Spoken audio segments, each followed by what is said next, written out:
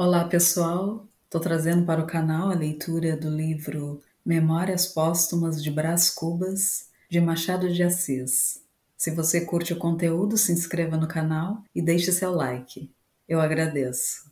Memórias Póstumas de Brás Cubas. Ao verme que primeiro roeu as frias carnes do meu cadáver, dedico como saudosa lembrança estas memórias póstumas. Prólogo da terceira edição.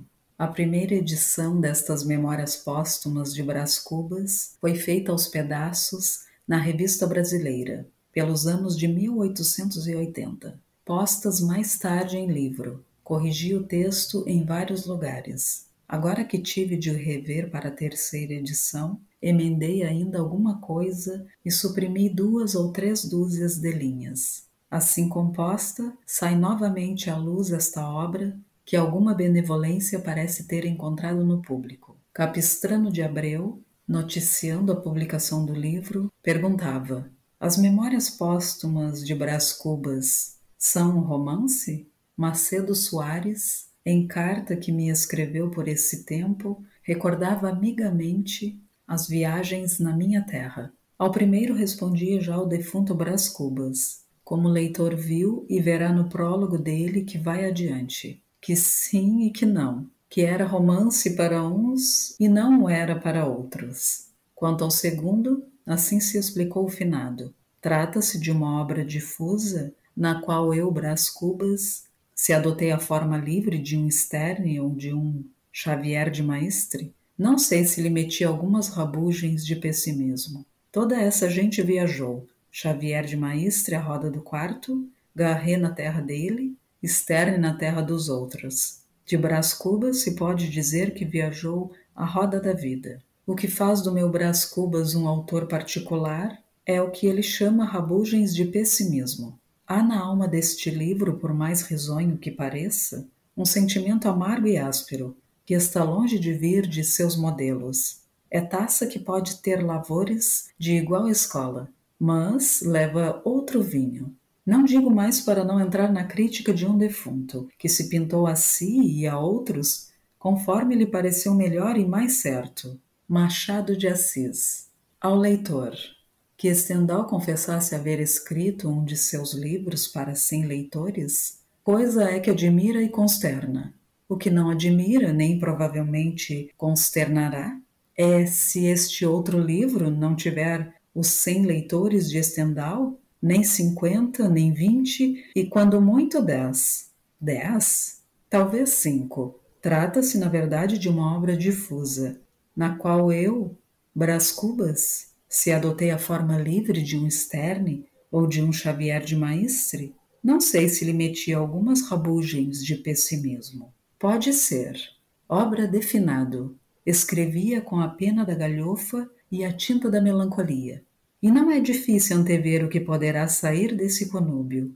Acresce que a gente grave achará no livro umas aparências de puro romance, ao passo que a gente frívola não achará nele o seu romance usual. Ei-lo aí, fica privado da estima dos graves e do amor dos frívolos, que são as 2 colunas máximas da opinião. Mas eu ainda espero angariar as simpatias da opinião.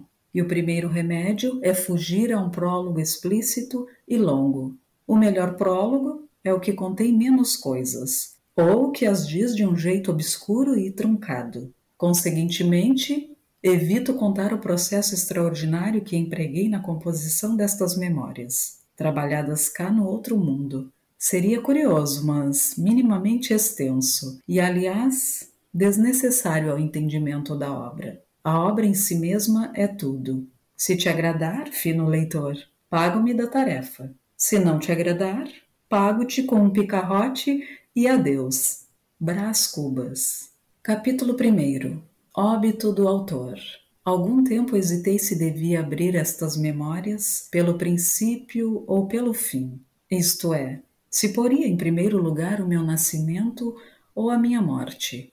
Suposto uso vulgar, seja começar pelo nascimento. 2 considerações me levaram a adotar diferente método. A primeira é que eu não sou propriamente um autor defunto, mas um defunto autor. Para quem acampa foi outro berço. A segunda é que o escrito ficaria assim mais galante e mais novo. Moisés, que também contou a sua morte, não a pôs no introito, mas no cabo.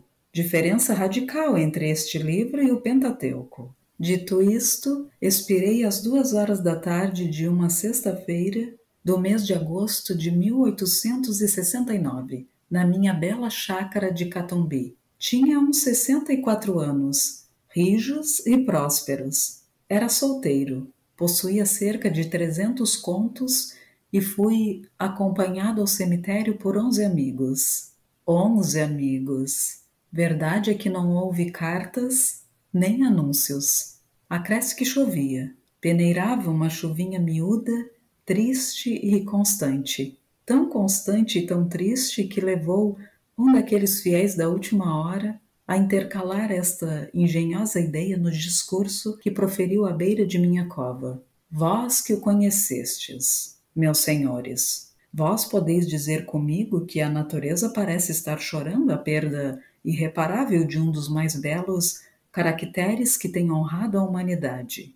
Este ar sombrio, estas gotas do céu, aquelas nuvens escuras que cobrem o azul como um crepe fúnebre, tudo isso é a dor crua e má que lhe rói a natureza as mais íntimas entranhas. Tudo isso é um sublime louvor ao nosso ilustre finado. Bom e fiel amigo, não me arrependo das 20 apólices que lhe deixei. E foi assim que cheguei à cláusula dos meus dias. Foi assim que me encaminhei para o Undiscovered Country de Hamlet, sem as ânsias nem as dúvidas do moço príncipe, mas pausado e trôpego, como quem se retira tarde do espetáculo. Tarde e aborrecido. Viram-me ir umas 9 ou 10 pessoas, entre elas 3 senhoras, minha irmã Sabina, casada com o Cotrim, a filha, um lírio do vale e... Tenham paciência, daqui a pouco lhes direi quem era a terceira senhora. Contentem-se de saber que essa anônima, ainda que não parenta,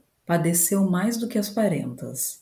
É verdade, padeceu mais. Não digo que se carpisse, não digo que se deixasse rolar pelo chão convulsa. Nem o meu óbito era coisa altamente dramática. Um solteirão que expira aos 64 anos não parece que reúne em si todos os elementos de uma tragédia. E dado que sim, o que menos convinha a essa anônima era aparentá-lo. De pé, à cabeceira da cama, com os olhos estúpidos, a boca entreaberta, a triste senhora mal podia crer na minha extinção. Morto! Morto! Dizia consigo. E a imaginação dela, como as cegonhas que um ilustre viajante viu desferirem o vôo desde o Iliço às ribas africanas, sem embargo das ruínas e dos tempos, a imaginação dessa senhora também voou por sobre os destroços presentes até as ribas de uma África juvenil. Deixá-la ir. Lá iremos mais tarde. Lá iremos quando eu me restituir aos primeiros anos. Agora quero morrer tranquilamente, metodicamente, ouvindo os soluços das damas, as falas baixas dos homens, a chuva que tamborila nas folhas de tinhorã da chácara e o som estrídulo de uma navalha que um amolador está afiando lá fora, à porta de um correeiro. Juro-lhes que essa orquestra da morte foi muito menos triste do que podia parecer. De certo ponto em diante chegou a ser deliciosa. A vida estrebuchava-me no peito com os ímpetos de vaga marinha. Esvaecia-me a consciência. Eu descia a imobilidade física e moral, e o corpo fazia-me planta, e pedra, e lodo, e coisa nenhuma.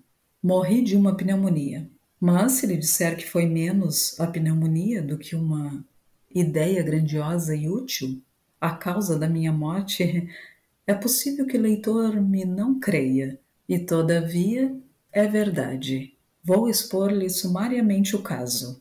Julgue-o por si mesmo.